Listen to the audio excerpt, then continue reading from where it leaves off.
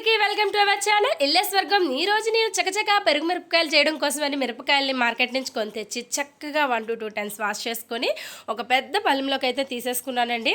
ఆ తీసుకున్న పచ్చిమిరపకాయల్ని నేను చక్కగా ఒక పొడి క్లాత్, కాటన్ క్లాత్తో వాటిని క్లీన్గా తుడిచేసాను అనమాట. ఎందుకంటే ఎక్కడైనా కొద్దిగా డస్ట్ పార్టికల్స్ ఉన్నాయనుకోండి, అవి నాకు నచ్చదని చెప్పేసి నేను క్లీన్గా హైజీనిక్గా ఉండాలని చెప్పేసి నీట్గా తుడిచేసాను. చూడండి మిలమిలా మెరిసిపోతున్నాయి కదా మిరపకాయలు.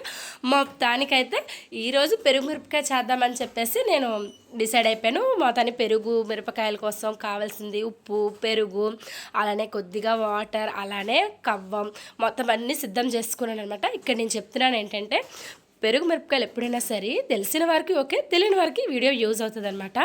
పెరుగు మిరపకాయలు ఎప్పుడైనా పైనుంచి కింద వరకు పూర్తిగా కటింగ్ అనేది చేయకూడదు అనమాట.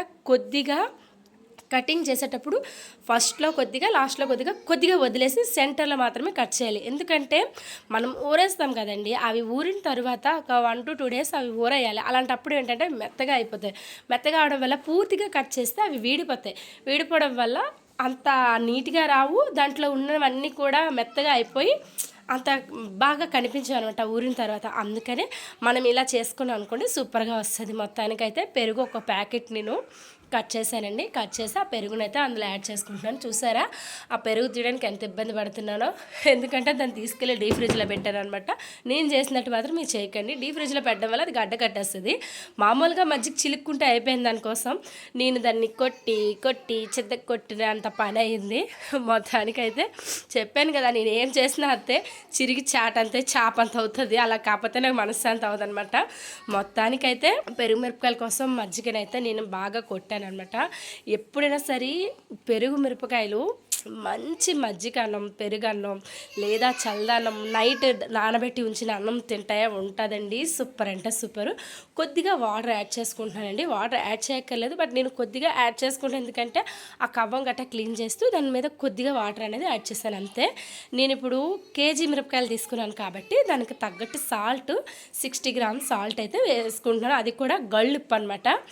కళ్ళుప్పు అంటారు కదా, అది నేను కొద్దిగా నిమ్మ చెక్క పిండాను. ఎందుకు అంటే మనం ఊరేస్తున్నప్పుడు మంచి స్మెల్, ఎలానో మజ్జిగ మిరపకాయ మంచి స్మెల్ వస్తుంది, అది మనందరికీ తెలిసిందే. నిమ్మకాయ వేస్తే ఇంకా అంటే ఇంకా సూపర్గా ఉంటుంది అనమాట. అందుకనే నేను కొద్దిగా మజ్జిగ మిరపకాయల కోసం అనేసి నేను కొద్దిగా నిమ్మ చెక్కని పిండాను. కావాలి అనుకున్న వాళ్ళు చేయొచ్చు, లేదంటే స్కిప్ చేసేయచ్చు. మొత్తానికైతే ఆ మిరపకాయలన్నింటినీ కూడా నేను అందులోని వేసేస్తున్నాను అనమాట. వేసేసి వాటిని చక్కగా, ఈ డబ్బా కొద్దిగా చిన్నగా ఉండటం వల్ల నాకు కలపడానికి ఇబ్బందిగా ఉంది. కాకపోతే ఊరిన తర్వాత కొద్దిగా అయిపోతాయి, అందుకని నేను ఈ డబ్బాని సెలెక్ట్ చేసుకున్నాను. మొత్తానికైతే అన్నీ కూడా వేసేసి మరొకసారి గట్టిగా ప్రెస్ చేస్తాను. ఎందుకంటే ఇవి ఫ్రెష్గా ఉన్నాయి కదా, మనం ఎంత ప్రెస్ చేసినా కూడా ఏం కావు. ఊరిన తర్వాత మాత్రం గట్టిగా ప్రెస్ చేయకూడదు, ఎందుకంటే అవి పిప్ అయిపోతాయి అనమాట. అంటే మొత్తం పీసెస్ అయిపోతాయి. మొత్తానికైతే దీన్ని చక్కగా చూసారా, కొద్దిగా తిప్పడానికి ట్రై చేశాను, అది అవ్వలేదు. మొత్తానికైతే వీటిని మూత పెట్టేసి ఉంచాను. మరుసటి రోజు మా అత్తయ్య గారు దాన్ని మళ్ళీ కదపడం కోసమని తీసుకున్నారు. నేను వీడియో తీస్తాను అనమాట. పైనుంచి కిందకి కదుపుతున్నారు. ఇలా ఒక 2 days చేసిన తర్వాత ఎండలో ఈ మిరపకాయలు ఎండబెట్టాలి, మళ్ళీ తీసి మజ్జిగలో వేయాలి. 2 days తర్వాత ఇవేమో మంచిగా, ఇప్పుడు నేను చూపిస్తాను చూడండి, ఆ విధంగా అయితే ఇలా ఎండుతుంటాయి అనమాట. ఇవి ఇంకా ఎండాలి, ఇంకో 2 days ప్రాసెస్ ఉంది. మొత్తానికైతే ఈ వీడియో ఇక్కడ వరకు చూడండి. నెక్స్ట్ వీడియోతో మళ్ళీ కలుద్దాం. ఓకే, ఈ వీడియో మీకు నచ్చినట్టయితే చిన్న లైక్ ఇచ్చేయండి. బాయ్.